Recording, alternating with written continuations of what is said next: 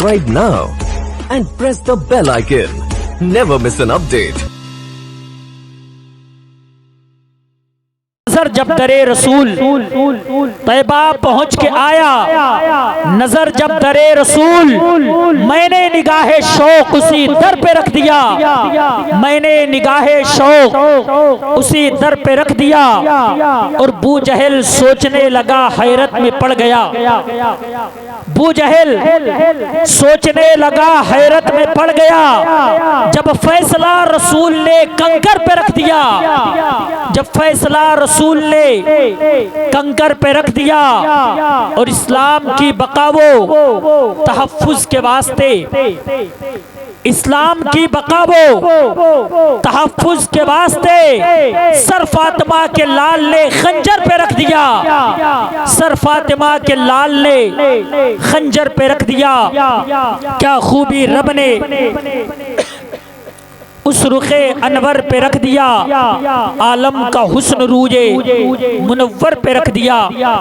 आइए हम और आप तमामी हजरात इंतहाई अदबो एहतराम के साथ अपनी और सारी कायनात के मरकज़ अक़ीदत आक़ाए नेमत नबी रहमत अलैहिस्सलातो व तस्लीम के मुक़द्दस और पाकीज़ा दरबार गोहरबार में अपनी गुलामी का सबूत देते हुए बावाज़ बुलंद दुरूद पाक पढ़ें। अल्लाहुम्मा सल्ली अला सय्यदिना मौलाना मुहम्मदिन मअदनिल जूदी वल करम बारिक वसल्लिम सलातो व सलामन अलैका या रसूलुल्लाह सल्लल्लाहु तआला अलैहि वसल्लम।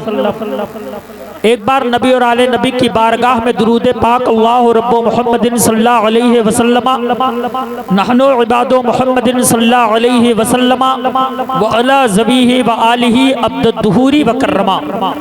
हज़रात मोहतरम, खुतबे मस्तूना के बाद मैंने कुरान मजीद की जिस मुक़द्दस आयत को अपने तकरीर का उन्वान सुखन बनाया, अल्लाह रब्बुल इज़्ज़त अपने कलामे बलागत में इरशाद फरमाता है, या अय्युहल्लज़ीना आमनू, ऐ वो लोग जो ईमान लाए, यानी ऐ ईमान वालो, अनफुसकुम व अहलियकुम नारा, बचाओ अपने आप को, अपने अहलो अयाल को जहन्नम की आग से। वक़ूदुहन नासु वल हिजारा, वो जहन्नम जिसके ईंधन इंसान और पत्थर है। कुरान पाक की यह आयत करीमा हमारे और आपके लिए एक दर्से हयात है।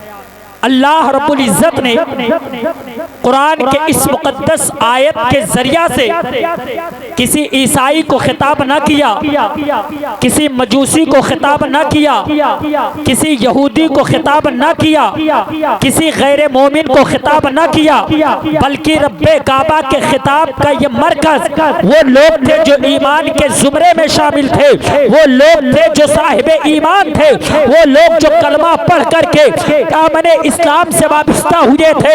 रब्बे काबा ने साहिबे ईमान को मुखातब फरमाया, ऐ ईमान वालों, अपने आप को जहन्नम के आग से बचाओ, अपने अहलो अयाल को जहन्नम के आग से बचाओ, अपने घर वालों को जहन्नम के आग से बचाओ, अपने रिश्तेदारों को जहन्नम के आग से बचाओ, अपने अजीजों अकारिब को जहन्नम के आग से बचाओ। क्यों? वजह यह है कि इंसान और पत्थर यही दो चीज है जो जहन्नम का ईंधन बनेंगे, यही दो चीजें हैं जिसके जरिए से जहन्नम का पेट भरा जाएगा। अब हम अपने जिंदगी पर तायराना नजर डाल करके देखें।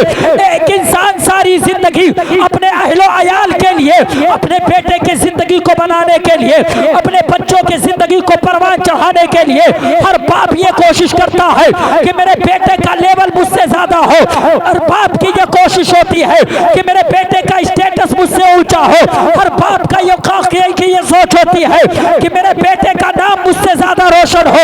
यही फिक्र रख करके हर इंसान सोचता है, कोई सोचता है मेरा बेटा डॉक्टर बन जाए, कोई सोचता है मेरा बेटा इंजीनियर बन जाए, कोई सोचता है मेरा बेटा वकील बन जाए, कोई सोचता है मेरा बेटा आईएएस बन जाए, कोई सोचता है मेरा बेटा आईपीएस हो जाए। लेकिन ऐ मेरे कौम के लोग हो, जरा करीब अपने ज़हन को करो और मुझे बताओ, जिस बेटे के लिए सारी जिंदगी तुम परेशान थे, रात के नींद को जिस बेटे के लिए कुर्बान किया, दिन के चैन को जिस बेटे के लिए कुर्बान किया, शिकम पर जिस बेटे के लिए खाना नहीं खाया, लिबास जिस्म पर जिस बेटे के आराइश के लिए सही ढंग से लिबास न पहना, दुनिया से जाने के बाद अगर उसी बेटे से कह दिया जाए तेरा बाप दुनिया छोड़ करके जा रहा है, जा अपने बाप के साथ कब्र में लेट जा, बेटा जाने के लिए तैयार नहीं होगा। बीवी सारी जिंदगी शौहर के साथ रहती है, बीवी से कह दिया जाए शौहर के सुख में तू उसके साथ थी, दुख में उसके साथ थी, खुशी में उसके साथ थी, गम में उसके साथ थी, आज तेरा शौहर तेरा साथ छोड़ करके जा रहा है, अपने शौहर के साथ कब्र में चली जा। बीवी जाने के लिए तैयार नहीं होगी, बेटा जाने के लिए तैयार नहीं होगा। बीवी की मोहब्बत घर के दहलीज पर दम तोड़ देगी, बेटी की मोहब्बत घर की दहलीज पर दम तोड़ देगी, बेटे की मोहब्बत कब्र में पहुंचाने के बाद दम तोड़ देगी, रिश्तेदारों की मोहब्बत कब्र के हवाले करने के बाद दम तोड़ देगी, अजीजों अकारिब की मोहब्बत कब्र के हवाले करने के बाद दम तोड़ देगी, सारे दुनिया वालों की मोहब्बत कब्र तक साथ आएगी। कब्र के मंजिल में पहुंचाने के बाद किसी की मोहब्बत काम न आएगी, अगर किसी की मोहब्बत काम आएगी तो आमिना के लाल की मोहब्बत काम आएगी, अगर किसी की मोहब्बत काम आएगी तो इमामुल अंबिया की मोहब्बत काम आएगी, अगर किसी की उल्फत काम आएगी तो इमामुल अंबिया की उल्फत काम आएगी। जहां बेटा साथ नहीं देगा वहां नबी साथ देंगे, जहां बेटी साथ नहीं देगी वहां नबी साथ देंगे, जहां बीवी साथ नहीं देगी वहां नबी साथ देंगे। इसलिए हमारे लिए जरूरी है कि हम अपने जिंदगी का एक एक लम्हा इसके रसूल में। वाह वाह, नारे तकबीर, नारे रिसालत, जश्न ईद मिलादुन नबी, नारे तकबीर, नारे रिसालत। बहुत अच्छे भाई, वाह, जिंदाबाद। पलटो आप, कुरान में रब ने फरमाया या अय्युहल्लज़ीना आमनू, ऐ ईमान वालो, कू अनफुसकुम व अहलियकुम नारा, बचाओ अपने आप को, अपने अहलो अयाल को जहन्नम की आग से, जिसके ईंधन इंसान और पत्थर है। अब जहन्नम की आग से बचने के लिए हमें और आपको करना क्या होगा? जहन्नम की आग से अगर बचना है तो नमाजों की पाबंदी करनी होगी, रोजों की हिफाजत करनी होगी, अपने माल से ज़कात निकालना होगा, आमाले सालिहा करने होंगे, और सबसे बड़ी नेमत जो है हमें जिंदगी में हर पल तौबा करते बसर करनी होगी। वो तौबा जिसके बारे में कुरान में रब ने इरशाद फरमाया या अय्युहल्लज़ीना आमनू तूबू इलल्लाहि तौबतन नसूहा, ऐ ईमान वालो अल्लाह रब्बुल इज्जत की बारगाह में सच्ची तौबा करो, खालिस तौबा।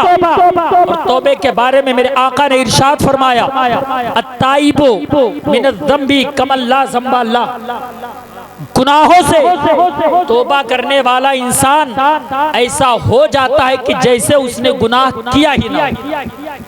कुरान के इस आयत को मैंने अपनी तकरीर का टॉपिक इसलिए बनाया कि मैं आज आपको तौबे की अज़मत बता दूं, तौबे का मकाम क्या है, तौबे का मर्तबा क्या है। जिंदगी में अगर गुनाह करते करते थक चुके हैं, जिंदगी में अगर बदआमालियां करते करते थक चुके हैं, तो अब भी तौबे का दरवाजा खुला है, अब भी रब्बे काबा की रहमत आवाज दे रही है, अब भी परवरदिगार आलम का करम हमें बुला रहा है। हम रब की बारगाह से अपने ताल्लुकात को जोड़ ले, सिद्क़ दिल से खुदा की बारगाह में तौबा कर ले, रब्बे काबा जिंदगी की सारी खताएं पल भर में माफ फरमाता नजर आएगा। लोगों आओ जरा आप हदीस रसूल के हवाले से बात को समझो।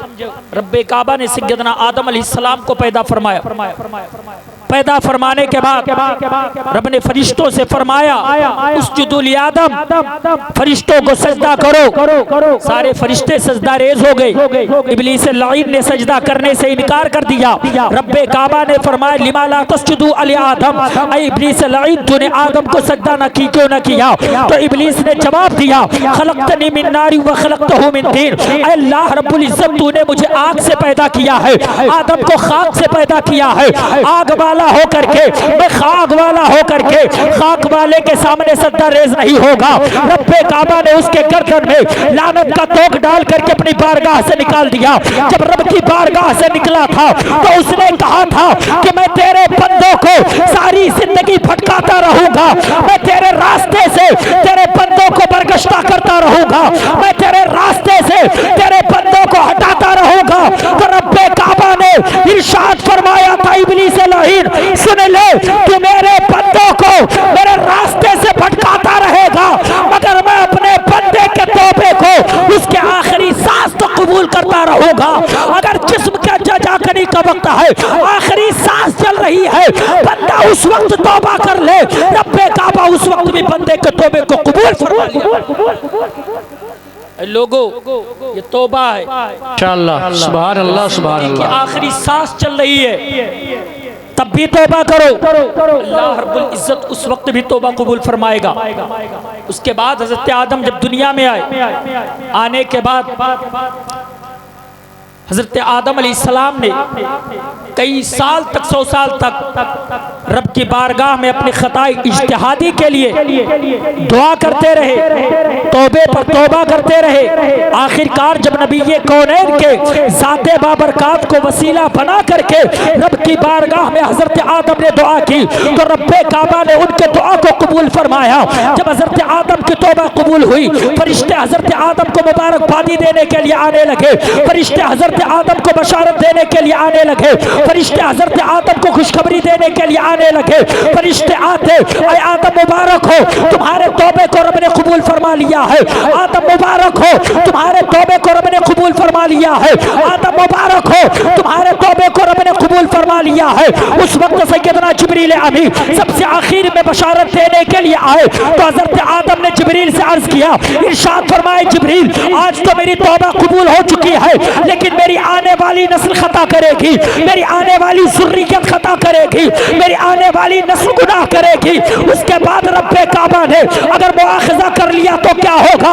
फौरन बारगाह खुदावंदी से एक मुस्तैजा फिज़ा आती है, ऐ जिब्रील, आदम को ये मुस्तैजा फिज़ा सुना दो, आदम को ये बशारत दे दो कि आज ये सूरज जो पूरब से तुलू हो रहा है, जब तक सूरब से पूरब जो है पूरब से तुलू होता रहेगा, मैं बंदे के तौबे को कबूल करता रहूंगा। जब तक मेरा बंदा मेरी बारगाह में हाजिर होकर के तौबा करता रहेगा, मैं अपने बंदे को तौबे को कबूल। वाह वाह वाह, बेशक, सुभान अल्लाह, सुभान अल्लाह, बहुत अच्छे, बहुत उम्दा हजरत, वाह माशाअल्लाह। अगर हम सिद्क दिल से रब की बारगाह में तौबा कर ले तो अल्लाह रब्बुल इज्जत जिंदगी की खताएं पल भर में माफ फरमा दिया करता है। और आप आगे बढ़ें, तौबे का मकाम क्या है? आकाए कौनैन सल्लल्लाहु ताला अलैहि वसल्लम की एक हदीस मैं आपके सामने पेश करूं, उससे पहले मैं आपके जहन को खोलना चाहता हूं।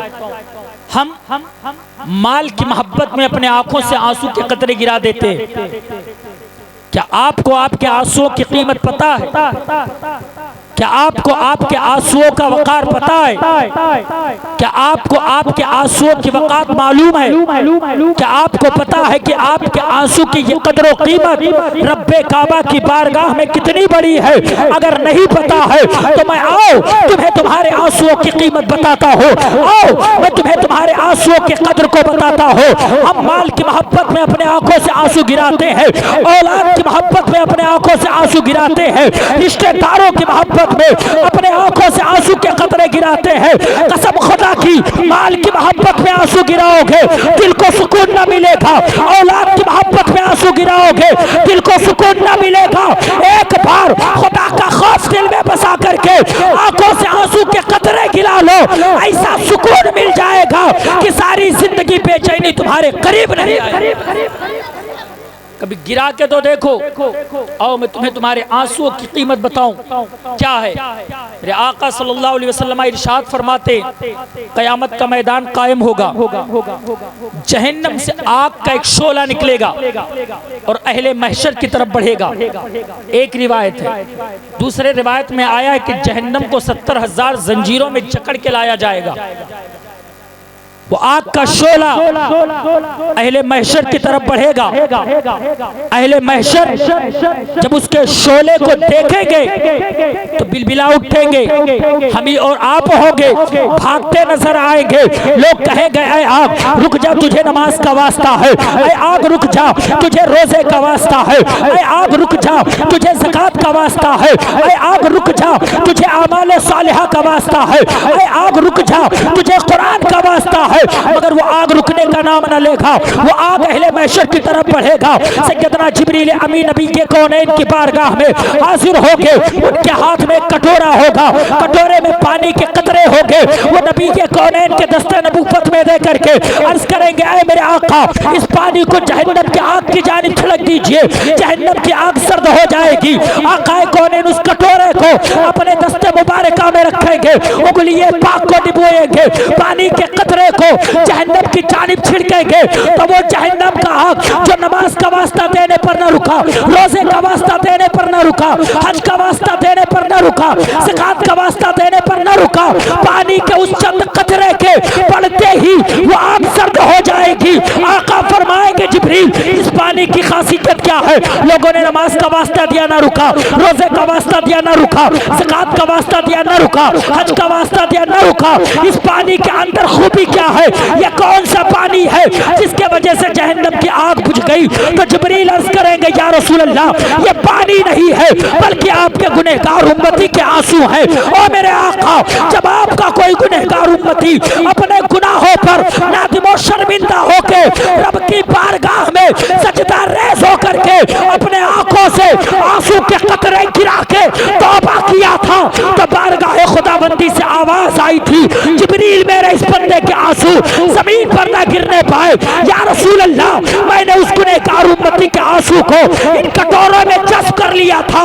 यह पानी नहीं है बल्कि गुनहगार उम्मत मोहम्मदिया के आंसू है, जिनके वजह से जहन्नम की आग बुझती नजर आ रही है। बेशक सुभान अल्लाह, वाह वाह, बहुत उम्दा हजरत, माशाअल्लाह। मेरे कौम के लोगों, ये तुम्हारे आंसुओं की कदर है, ये तुम्हारे आंसुओं की कीमत है। लेकिन क्या कभी हमने तौबा करके आंखों से आंसू के चंद कतरे रब की बारगाह में गिराए? नहीं गिराए। आगे बढ़ो, मैं आंसू की कीमत आपको बताऊं, आंसुओं की कदर के बारे में मैं आपको बताऊं। आका फरमाते हैं कि क़यामत का मैदान कायम होगा, एक इंसान के नामे आमाल को तौला जाएगा, उसके गुनाह का पलड़ा जो होगा वो भारी होगा। हुक्म होगा बारगाह खुदाबंदी से, ले जाओ और इसे जहन्नम के हवाले कर दो, ले जाओ इसे घसीट करके जहन्नम में डाल दो। फरिश्ते उसे पकड़ेंगे, जहन्नम की तरफ ले करके चलेंगे, चंद कदम ही चलेंगे। कुरान के उस आयत को याद करो जिसके बारे में रब्बे काबा ने इरशाद फरमाया, यौमा नख्तिमु अला अफ़वाहिहिम व तुकल्लिमुना अयदीहिम व तशहदु अर्जुलहुम बिमा कानू यक्सिबून। कुरान अजीम की सूरह यासीन की ये आयत तैयबा है। रब्बे काबा इरशाद फरमाता है, याद करो उस दिन को जिस दिन हम तुम्हारे ज़बानों पर मोहर लगा देंगे। जिस ज़बान से आज हम गीबत कर रहे हैं, जिस ज़बान से आज हम चुगली कर रहे हैं, जिस ज़बान से आज हम झूठ बोल रहे हैं, जिस ज़बान से आज हम फहशगोइयां कर रहे हैं, जिस ज़बान से आज हम फिल्मी तराने गा रहे हैं, जिस ज़बान से आज हम गाने गा रहे हैं, रब इरशाद फरमाता है कि हम तुम्हारे ज़बानों पर मोहर लगा देंगे, तुम्हारे ज़बानों पर ताले लगा देंगे। यौमा नख्तिमु अला अफ़वाहिहिम व तुकल्लिमुना अयदीहिम, हम तुम्हारे हाथ से कलाम करेंगे। व तशहदु अर्जुलहुम, तुम्हारे पैर तुम्हारे खिलाफ गवाही देते नजर आएंगे। बात को यही छोड़ो और नबी के हदीस आप सुनते चलो। मेरे आका सल्लल्लाहु अलैहि वसल्लम इरशाद फरमाते हैं कि जब कोई बंदा गुनाह करता है तो जमीन के जिस टुकड़े पर वो गुनाह करता है, कल क़यामत के मैदान में जमीन का वो टुकड़ा गवाही देगा। आसमान के जिस साए के नीचे बंदा गुनाह करता है, आसमान का वो साया वहां गवाही देगा। उसके बावजूद जिस आज़ाए बदनिया को हम संवारने के लिए दिनों रात कोशिश करते हैं, कोई सोचता है मेरा सिक्स पैक बन जाए, कोई सोचता है मेरा हाथ मोटे हो जाए, कोई सोचता है मुझे तंदुरुस्ती अता हो जाए। यकीनन ये रब्बे काबा की नेमतें हैं, ये रब की रहमतें हैं, हासिल करो। लेकिन याद रखो, अगर हाथ से गुनाह किया है, हाथ तुम्हारे खिलाफ गवाही देगा, पैर से गुनाह गुनाह किया है, पैर तुम्हारे खिलाफ गवाही देंगे। कान से गुनाह किया है, कान तुम्हारे खिलाफ गवाही देंगे। ज़बान से गुनाह किया है, ज़बान तुम्हारे खिलाफ गवाही देगी। आँख से गुनाह किया है, आँख तुम्हारे खिलाफ गवाही देगा। अगर नाक से गुनाह किया है, ये आज़ाए बदनी क्या कल क़यामत के मैदान में हमारे और आपके खिलाफ गवाही देंगे। और ये फरिश्तों की जमात जो हमारे कंधों पे बैठी है, ये कभी लिखने से थकते नहीं है। आका फरमाते हैं उसके बावजूद अगर बंदा जमीन के टुकड़े पर गुनाह किया, जमीन का वो हिस्सा गवाही देगा, उस बंदे के आज़ाए बदनी क्या गवाही देंगे। फिर भी मेरे नबी ने फरमाया कि अगर कोई बंदा सच्ची तौबा कर लेता है तो फरिश्ते अपने रजिस्टरों से उसके गुनाह को मिटा दिया करते हैं। जमीन का वो टुकड़ा उससे गुनाह को भूल जाता है, आसमान का वो साया उसके गुनाह को भूल जाता है। आज़ाए बदनी क्या कल उसके खिलाफ मैदान क़यामत में गवाही देंगे। लेकिन ये बातें कब होगी? जब हम सच्ची तौबा करेंगे, जब हम सच्ची तौबा करेंगे। बहरहाल कुरान में रब ने फरमाया यौमा नख्तिमु अला अफ़वाहिहिम व तुकल्लिमुना ऐदीहिम व तशहदु अर्जुलुहुम बिमा कानू यक्सिबून। याद करो उस दिन को जिस दिन हम तुम्हारे ज़बानों पर मोहर लगा देंगे, तुम्हारे हाथ तुम्हारे खिलाफ गवाही देंगे, तुम्हारे पैर तुम्हारे खिलाफ गवाही देंगे। आका ने फरमाया कि उस इंसान के नामे अमाल को तौला गया, तौल करके उसे हुक्म दिया गया जहन्नम के हवाले कर दो। फरिश्ते लेकर के चले तो उसके आंख के पलक का एक बाल, बात मेरी समझो आप, उसके आंख के पलक का फकत एक बाल वो रब की बारगाह में अरीज़ा पेश किया, मेरे परवरदिगार मेरी एक फरियाद है, सुन ले, मेरी एक आरज़ू है, मेरी एक ख्वाहिश, मेरी एक इल्तिजा है। रब फरमाएगा करीबा, वो आने के बाद अर्ज करेगा, रब इरशाद फरमाएगा बोल तेरी क्या आरज़ू है, बोल तेरी क्या ख्वाहिश है, बोल तेरी तमन्ना क्या है। तो उसके आँख के पलक का एक बाल गवाही देगा क्या है मेरे परवरदिगार, ये तेरा बंदा गर्चे गुनहगार था, सियाकार था, खताकार था, बदकार था, लेकिन एक बार दुनिया में तेरे खौफ में इसके आंखों से आंसू का एक कतरा गिरा था, जिसके वजह से मैं गीली हो गई थी, जिसके वजह से मैं भीग गई थी। रब्बे काबा की रहमत जोश में आएगी, रब इरशाद फरमाएगा ले जाओ इसके आज़ाए बदनिया, इसमें मुझसे डरता था, इसकी गवाही दे रहे हैं। मेरी रहमत का तकाजा ये है कि इसके सारे खताओं को माफ कर दिया जाए। रब्बे काबा हुक्म देगा मेरे इस बंदे को ले जाकर के जन्नत के हवाले कर। लोगों ये तुम्हारे आंसुओं की कीमत है, ये तुम्हारे आंसू की कदर है, जो रब की बारगाह में तुम्हारे आंसुओं का ये मकाम है। जिन आंसुओं को हम बेजा गिरा देते हैं, जिन आंसुओं को हम अहलो अयाल की मोहब्बत में गिरा देते हैं, जिन आंसुओं को हम दोस्तों अहबाब की मोहब्बत में गिरा देते हैं, कभी उन आंसुओं को खुदा के खौफ से गिरा करके देखो। कभी उन आंसुओं को रब की बारगाह में सिद्क दिल से तौबा करके गिरा के देखो, इतना सुकून मिलेगा, इतना सुकून मिलेगा कि वैसा सुकून तुम्हें सारी जिंदगी नहीं मिल सकता है। कुरान में रब ने फरमाया कि अपने अहलो अयाल को जहन्नम की आग से बचाओ। आज ये सर्दी जो हमें मिल रही है, ये गर्मी जो का जमाना जो अभी गुजर चुका है, कभी आपने एहसास किया है कि ये सर्दी और गर्मी आता कहाँ से है? इन सर्दियों और गर्मियों की वजह क्या है? इन वजूहात के बारे में हमने जानने की कोशिश न की, लेकिन आओ मैं आज आपको बताता हूँ कि ये गर्मी जो आती है, ये सर्दी जो आता है, इन सर्दियों और गर्मियों के वजूहात क्या है, किस वजह से ये सर्दी और गर्मी पड़ती है। सुनो, रब्बे काबा ने जब जहन्नम को पैदा फरमाया, पैदा फरमाने के बाद जहन्नम के बास तबकों में इतनी तपिश थी कि बास तबके ने जहन्नम के तबकों ने रब की बारगाह में अरीज़ा पेश किया, मेरे परवरदिगार मेरे पास तबकों में इतनी तपिश है, इतनी शिद्दत की गर्मी है कि जिसके वजह से मैं परेशान हूँ। ये फरियाद जहन्नम ने रब की बारगाह में किया था। रब्बे काबा ने जहन्नम को हुक्म दे दिया था कि साल में 2 बार तू सांस लिए कर, फकत 2 बार। एक बार वो जहन्नम गर्मियों में सांस लेता है।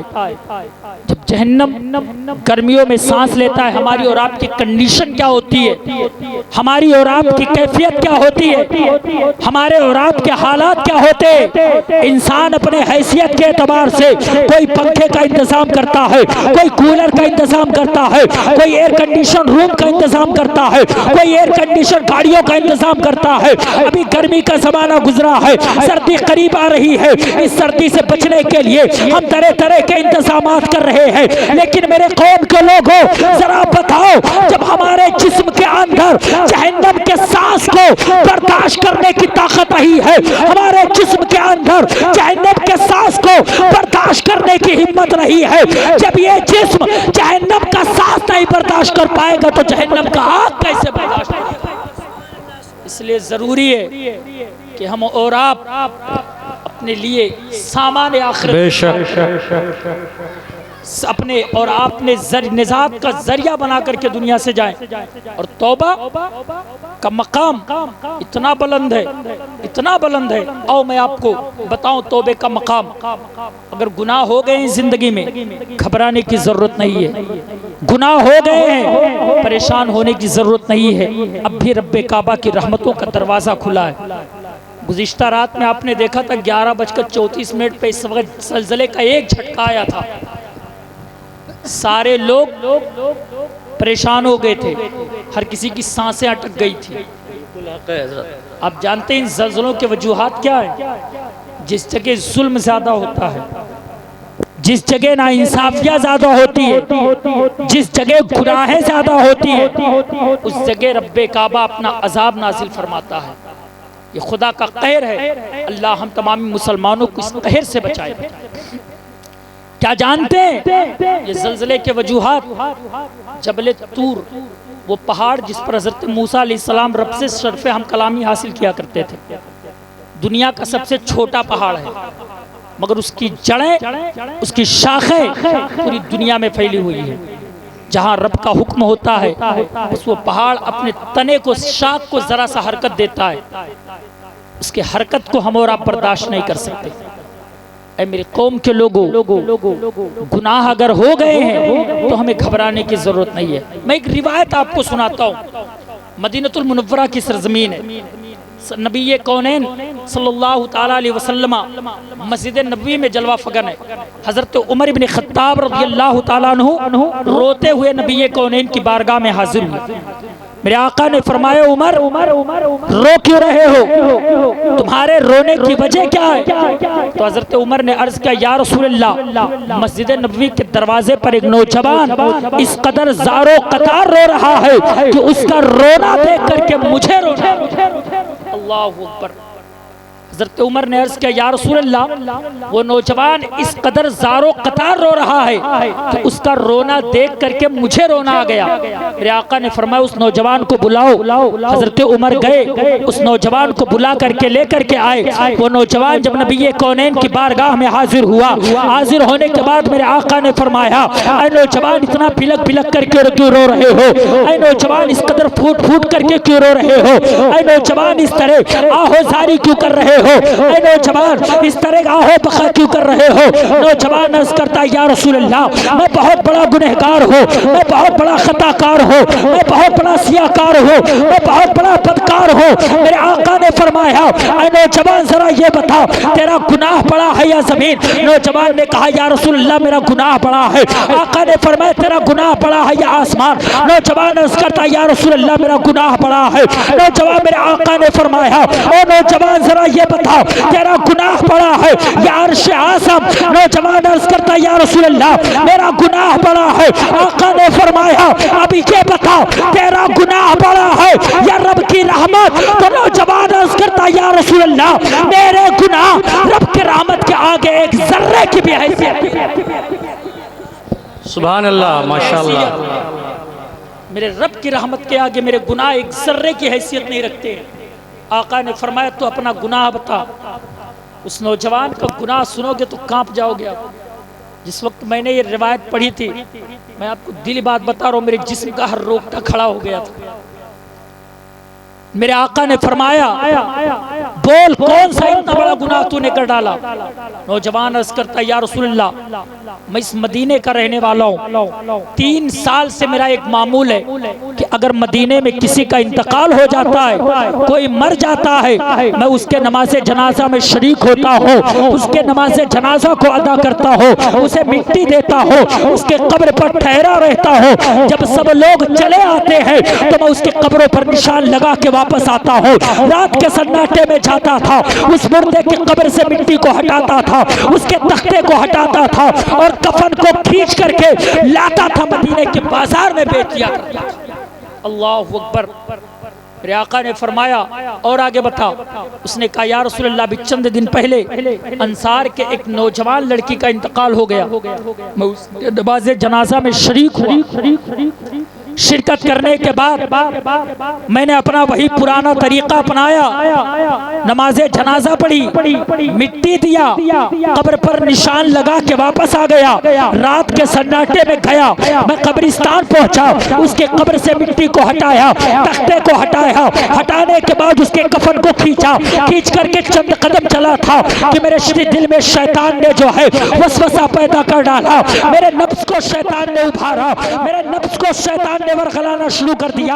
या रसूल अल्लाह, मैं पलट करके उस नौजवान लड़की के कब्र में गया और मैंने उसके साथ कब्र में बदकारी कर डाली, मैंने उसके साथ कब्र में गुनाह कर डाला। ओ मेरे आका, वो लड़की उठ कर बैठ गई और उसने कहा, जहन्नमी, ये तूने क्या कर दिया? पहले मुर्दों की जमात में तूने मुझे नंगा किया, अब रब की बारगाह में तूने मुझे नापाक भी कर डाला। या रसूल अल्लाह, जब से ये वाकया गुजरा है, मेरी रातों की नींद हराम हो चुकी है, मेरे दिन का चैन हराम हो चुका है। या रसूल अल्लाह, मैं सोच रहा हूँ कि क्या रब्बे काबा मेरे इतने बड़े गुनाह को भी माफ फरमाएगा। सुभान अल्लाह, माशाअल्लाह। मेरे आका सल्लल्लाहु अलैहि वसल्लम ने जब सुना तो मेरे आका का चेहरे मुबारका आलम जलाल से सुर्ख हो गया। आकाए कौनैन ने अपने मुकद्दस रुखे अनवर को फेर लिया। वो नौजवान दर रसूल से मायूस हुआ, निकल गया। मदीने के वीरानों, चट्टानों, पहाड़ों में एक दिन नहीं, 2 दिन नहीं, 4 दिन नहीं, मुतवातिर 40 दिन तक सर पटक पटक करके रब की बारगाह में अपने खताओं की मगफिरत के लिए दुआ करता रहा, अपने गुनाहों की मगफिरत के लिए दुआ करता रहा। 40 दिन का अरसा जब गुजरा, एक दिन आसमान की जानिब अपने चेहरे को उठाता है, अर्ज करता है, मेरे परवरदिगार, अगर तू मेरी खता है माफी के लायक हो, अगर मेरी गलतियां तेरी रहमत के आगे माफ करने के काबिल हो, तो नबी के कौन है या सहाबा में से किसी एक को खबर कर दे। वो नौजवान इतना अर्ज करता है, हसरत भरे अंदाज में अपने सर को आसमान की जानिब उठा के वापस फेरता है। फौरन रब्बे काबा ने जिब्रील अमी को नबी की बारगाह में भेजा। जिब्रील नबी के कौनैन की बारगाह में आके सलाम अर्ज करते हैं। जिब्रील अमी ने सवाल किया, या रसूल अल्लाह, कायनात का खालिक कौन है? कायनात का मालिक कौन है? कायनात को पैदा किसने किया है? तो मेरे आका ने फरमाया, जिब्रील, सारी कायनात को रब्बे काबा ने बनाया है, सारी कायनात को परवरदिगार आलम ने पैदा फरमाया है। तो जिब्रील अमीन ने अर्ज किया, या रसूल अल्लाह, फिर उस नौजवान को बुलाइए और बुलाने के बाद उसे मुझे जाफिजा सुना दीजिए कि रब्बे काबा ने उसके तौबे को अपनी बारगाह में कबूल फरमा लिया है और उसके सारे खताओं को रब ने माफ फरमा। वाह वाह, नारे तकबीर, नारे रिसालत, जश्न ईद मिलादुन नबी, अज़मत सरकारे दो आलम, नारे तकबीर, नारे रिसालत। बहुत अच्छे। ये तौबा, इसे सच्ची तौबा कहते हैं। इतना बड़ा गुनहगार था, इतना बड़ा सियागार था, इतना बड़ा बदकार था, लेकिन रब्बे काबा की बारगाह में सिद्क दिल से उसने तौबा किया था, सच्ची नियत के साथ उसने तौबा किया था। रब्बे काबा ने उसके खताओं को माफ फरमा दिया। जरा और आप आगे बढ़े, एक दिलचस्प रिवायत और आप सुन ले। वही मदीने की सरजमीन है, मदीनतुल मुनव्वरा में एक औरत ने ज़िना कर डाला। ज़िना करने की वजह से वो हामला हो गई। जब उसका हमल जाहिर हुआ तो उसके घर वाले प्यारे नबी की बारगाह में लेकर के उसे आए। हम और आज आप क्या करते हैं कि अहले दुनिया की नजर से छुप करके गुनाह करते हैं, दुनिया वाले ना देखे तो काम बन जाएगा। लेकिन सुन लो मेरे कौम के लोग हो, तुम दुनिया वालों की निगाहों से छिप के तो गुनाह कर सकते हो, लेकिन रब की निगाहों से तुम कभी छिप नहीं सकते। रब्बे काबा हर जगह तुम्हें देखता है, उसकी नजरों से छिप करके गुनाह करने का ख्याल तक अपने दिल में मत लेकर के आना, तसव्वुर तक न करना। उस औरत ने ज़िना कर डाला जिसकी वजह से वो हामला हो गई, तो उसका हमल जाहिर हुआ। घर वाले लेकर के नबी की बारगाह में आए। उस औरत ने कहा या रसूलल्लाह मैंने तो ऐसा गुनाह कर दिया है, अब जो शरई सजा बनती हो वो आप सुना दीजिए। दुनिया के सजा को बर्दाश्त मैं कर लूंगी, मगर आखिरत के सजा को बर्दाश्त करने की ताकत मेरे जिस्म में नहीं है। आज हम क्या सोचते हैं यार, दुनिया में जो सजा दुनिया वाले ना जान पाए, आखिरत पे जो होगा देखा जाएगा। साहब दुनिया की सजाएं आखिरत के सजाओं के आगे इन दुनिया के सजाओं की कोई हैसियत नहीं है। उसने कहा कि शरई एतबार से जो शरीयत का कानून मुझ पर नाफिज होता हो वो कर दीजिए। आकाए कौनैन सल्लल्लाहु अलैहि वसल्लम ने फरमाया कि इसे घर लेकर के जाओ, जब इसका बच्चा पैदा हो जाए फिर लेकर के आना। वजह हमल हुआ, बच्चा पैदा हो गया, घर वाले लेकर के आए। आका की निगाह पड़ी, नबी ने देखा कमजोर है, आका ने फरमाया ले जाओ, इसकी सेहत जब वापस आ जाए तब इसे लेकर के आना। घर वाले लेकर के गए, जब तंदुरुस्त हो गई फिर लेकर के आए तो आका ने सहाबा से फरमाया ले जाओ इसे एक मैदान में खड़े करके संगसार कर दो, इतने पत्थर मारो कि जब तक ये मर ना जाए। सहाबा गए, जाने के बाद उसे संगसार कर दिया। जब उसका इंतकाल हो गया, जनाजा तैयार कर दिया गया, मेरे आका उसके नमाज जनाजा में शरीक हुए। नमाज जनाजा भी नबी ने पढ़ाया। हज़रत उमर इब्न खत्ताब खड़े हो गए, अर्ज करने लगे या रसूल अल्लाह ये मसला समझ में नहीं आया, पहले संगसारी का हुक्म पता फरमाते हैं फिर नमाज जनाजा भी पढ़ाते हैं। तो आका ने फरमाया उमर सुन लो, इस औरत ने रब की बारगाह में इतनी सच्ची तौबा की थी कि अगर इसके तौबे को मदीने के 70 लोगों पर तकसीम कर दिया जाए तो रब्बे काबा मदीने के 70 लोगों को बिला हिसाबो किताब जन्नत अता फरमा देगा। ये सच्ची तौबा है। क्या ऐसी तौबा हमसे और आपसे कभी हुई है? क्या ऐसी तौबा करने की तौफीक हमसे और आपसे हुई है? नहीं हुई। हम वजह ये है कि हम पहली बात तो तौबा करना चाहते नहीं, और अगर करते भी हैं तो बस रस्मन फॉर्मेलिटी अदा करने के लिए। दिल खुदा के खौफ से लर्जा बरंदाम हो, जबान पर लड़खड़ाहट तारी हो, आंखों से आंसू के कतरे बह रहे हो, जब ये तुम्हारी हालत हो जाए समझ लेना रब्बे काबा ने तौबे की तौफीक अता फरमा दी है। इस हाल में अगर तौबा करोगे रब्बे काबा फौरन अपनी बारगाह में कबूल। और जिसकी तौबा रब की बारगाह में कबूल हो गई उसके लिए नबी का वो फरमान अत्ताइबो मिनज़ ज़ंबी कमल ला ज़ंबा अल्लाह, गुनाहों से तौबा करने वाला ऐसा हो जाता है कि जैसे उसने गुनाह किया ही नहीं है। रब्बे काबा की बारगाह में दुआ है परवरदिगार आलम हमें और आपको सच्ची तौबा करने की तौफीक रफ़ीक अता फरमाए। अस्तग़फिरुल्लाह रब्बी मिन कुल्लि ज़ंबि व अतूबु इलैहि व मा अलैना इल्लल बलाग। अस्सलामु अलैकुम।